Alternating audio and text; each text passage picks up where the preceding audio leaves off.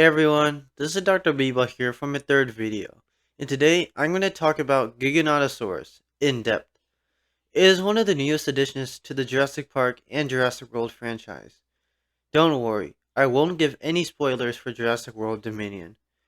I will go into detail about as many aspects of Giganotosaurus as I can, such as its hunting habits, strengths and weaknesses, and the purpose of its teeth during predation. As always, please like, subscribe, and hit the notification bell for my future videos if you haven't already. So, Giganotosaurus is a carnivorous theropod from the late Cretaceous period, about 95 million years ago. It is the largest carnivorous dinosaur from South America. However, realistically speaking, the Spinosaurus is generally larger than the Giganotosaurus. The average height of Spinosaurus is 18 feet tall. Despite this, in the Jurassic Park and Jurassic World franchise, Jurassic World Dominion presented a Giganotosaurus at its maximum height, which was 23 feet tall.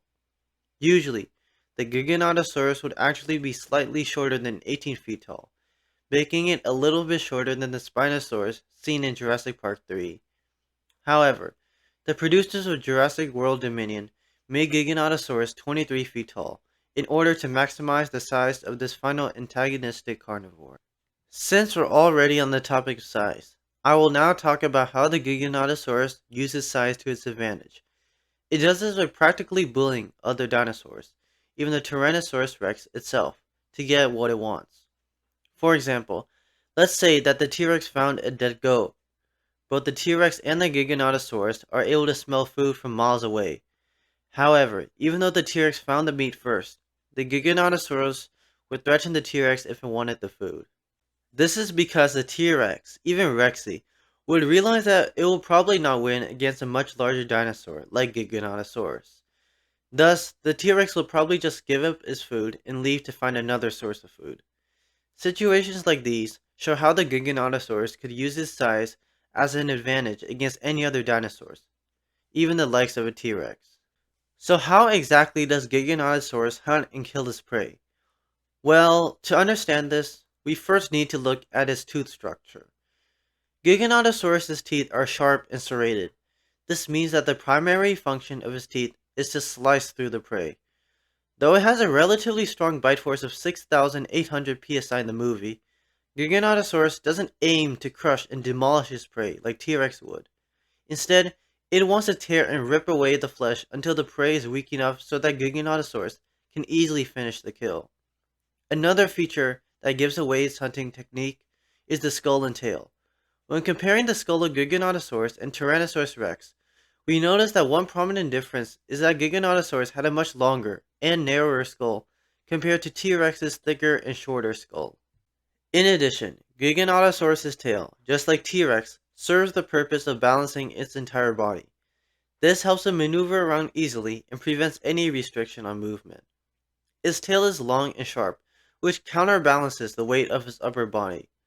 With this in mind, it is not surprising that Giganotosaurus is extremely quick and versatile. Also, Giganotosaurus wields sharp, medium-length claws at the ends of each of its finger digits. Giganotosaurus' arms are not as long as those of Spinosaurus or the Indominus rex, but its arms still play a relatively decent role in fights. For example, its arms are much longer than the T-Rex's short arms, so in a fight, Giganotosaurus will be able to easily use his arms to slash at the T-Rex, but the T-Rex will not be able to do it back. As this shows, Giganotosaurus' arms definitely played an important role in its fighting and hunting strategies. In reality, the brain of Giganotosaurus is relatively small compared to the T-Rex, but overall its brain is of average size compared to other dinosaurs. However, as mentioned before, Giganotosaurus made up for that difference in intelligence through its size and versatility.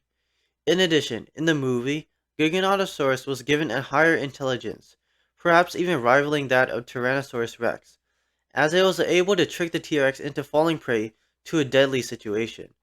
That situation, taking place in the prologue, was cornering the T-Rex and making it fall to its death.